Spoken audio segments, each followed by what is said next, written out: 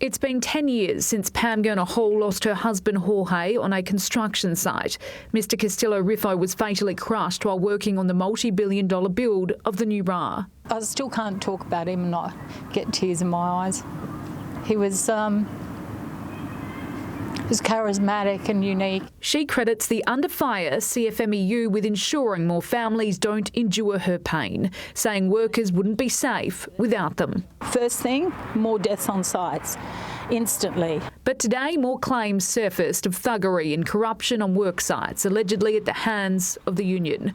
One senior figure in the building industry who spoke to 7 News didn't want to be identified. I've seen a guy at a gate trying to stop an entry get pushed and his head bashed to the ground.